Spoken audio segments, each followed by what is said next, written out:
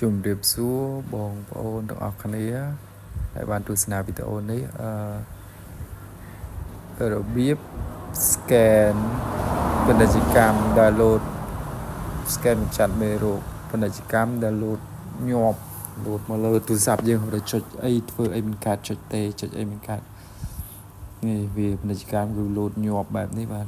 ដល់តែយើងចុចអីមួយដែលយើងបើកអ៊ីនធឺណិតមកវា load ញាប់មកហ្មងពាណិជ្ជកម្មហើយយើងចូល Play Store មកដំបូងឡើយយើងចូល Play Store ហើយទៅសេពាក្យដូចខ្ញុំទៅសេខាងក្រោមហ្នឹងមកសេពាក្យហ្នឹងមកហើយយើង download កម្មវិធីហ្នឹងមួយមកកម្មវិធីហ្នឹងវាអាចជួយ scan កម្ចាត់មេរោគដែលវា load ពាណិជ្ជកម្មចូលក្នុងទូរស័ព្ទយើងរហូតហ្នឹងហើយតែយើងចុចបញ្ជាអីប្រើអីអត់កើតហ្នឹងហើយយើងធ្វើម៉េច download កម្មវិធីហ្នឹងឲ្យបានសិនមកពាណិជ្ជកម្មវា load ចឹងឲ្យញ៉ៃចឹងធ្វើម៉េចយើងចូល download កម្មវិធីហ្នឹងឲ្យបានសិនមកបានយើងអាច scan កម្ចាត់វាបានឥឡូវខ្ញុំចុចចម្លាញ់វាមកពាណិជ្ជកម្មចុចអីមក plate load អាហ្នឹងចុចអីមិនតាន់ទេឡើយមកឲ្យតែវា load ពាណិជ្ជកម្មហ្នឹងយើងត្រូវការតេក៏តេមិនកើតទេចុចតេទៅបងប្អូនណាក៏តេមិនកើតដែរវា load ញាប់មែនតើមកឥឡូវខ្ញុំព្យាយាមចូល Play Store download កម្មវិធី scan កម្ចាត់មេរោគឥឡូវ down បានហើយចុចបើកវាមកចុចបើកវាហើយយើងត្រូវចុចជំហានបើកវាឲ្យគ្រប់ជំហានវាយើងអាច scan កម្ចាត់មេរោគបាទចុចតាមហ្នឹងមកចុចអនុញ្ញាតមក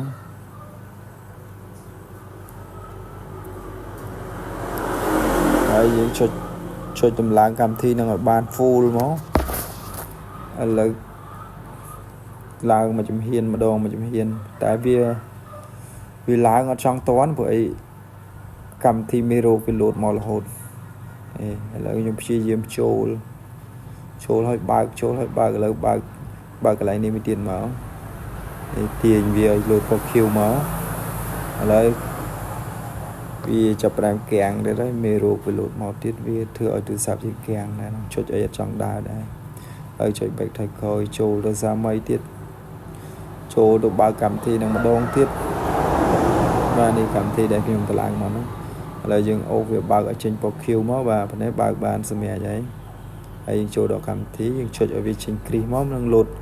សញ្ញា scan មេរោគនៅជាយនេះវាចេញនេះ scan មេរោគនៅជាយហ្នឹងឥឡូវចេញធុងសម្រាប់មួយមកហើយយើងចុចលើធុងសម្រាប់ហ្នឹងមកហើយចុចចូលក្នុងកម្មវិធី scan ហ្នឹងមកចុចហើយយើងឃើញមានធុងសម្រាប់ហ្នឹងយើងចុចលើធុងសម្រាប់ហ្នឹងលុបវានេះកម្មវិធីមេរោគហ្នឹងកម្មវិធី2ហ្នឹងឥឡូវយើងចុចលើធុងសម្រាប់មកយើងចុចយល់ព្រមមកចុចលើធុងសម្រាប់ចុចយល់ព្រមចុចទាំងពីរហ្នឹងមក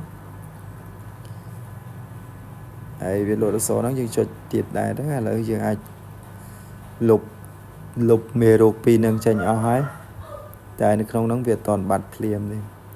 តមកសន្ទុះទៀតបានវាបាត់ឥឡូវខ្ញុំចុចបញ្ជាក់ម្ដងទៀតបញ្ជាក់ថាយើងអាចលុបវាអស់ហើយយើងលុបអស់ហើយវាចេញបែបនេះវាអស់អីជាប់ទៅនៅនឹងកម្មវិធីនឹងទៀតហើយព្រោះវាមាននៅមេរោគវាអាចនឹង load ចូលក្នុងកម្មវិធីនឹងទៀតយើងលុបចោលបន្តទៀតទៅបានហើយនេះ clear កម្មវិធីចោលមួយសារពេលដែលលុបមេរោគចោលអស់ទៅយើងអាចចុចកម្មវិធីបានវិញធម្មតាវិញវាលែងមាន load ពាណិជ្ជកម្ម load អីមកទៀតដែរពាណិជ្ជកម្មញ៉ៃរហូតដល់យើងចុចអត់បានឥឡូវយើង scan បាន2មិញ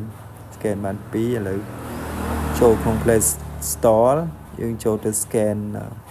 កម្មវិធីកម្ចាត់មេរោគក្នុង Play Store ស៊ីនមួយទៀតនេះចូលខាងលើនេះមក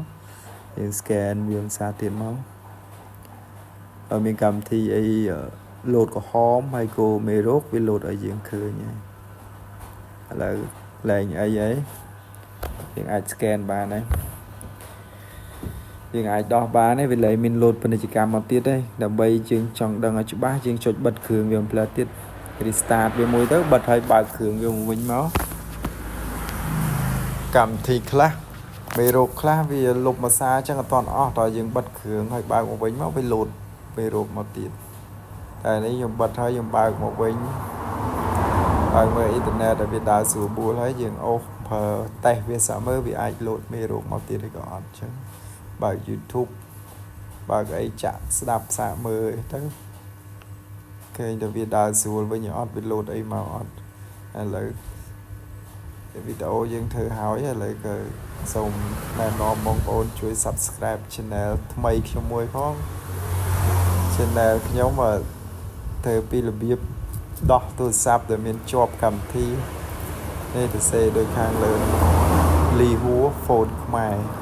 Channel ខ្ញុំបញ្ចូលសលេងជាភាសាខ្មែរនិយាយឲ្យងាយស្រួលស្ដាប់យើងចុចឈៀវមកចុចសញ្ញាកណ្ដឹងមួយទៀតមកបាទប៉ុណ្ណឹងយើងអាច Subscribe Channel ខ្ញុំបានហើយបាទឥឡូវយើងចូលបើកម្ដងទៀតមើលមាន load មេរោគអីមកទៀតអត់ទេបាទឥឡូវដោះបានសម្រាប់សូមអរគុណបាទ